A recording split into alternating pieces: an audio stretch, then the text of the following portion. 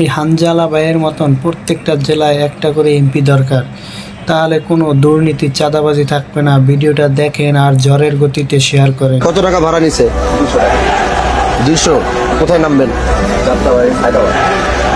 কেন 200 টাকা ভাড়া নেওয়া হয়েছে? কে ভাড়ার 200 নিছে? কে? লোক কোথায়? এই ডাক দাও। এই 200 টাকা ভাড়া নিছে কে? এদিকে টাকা 200 টাকা।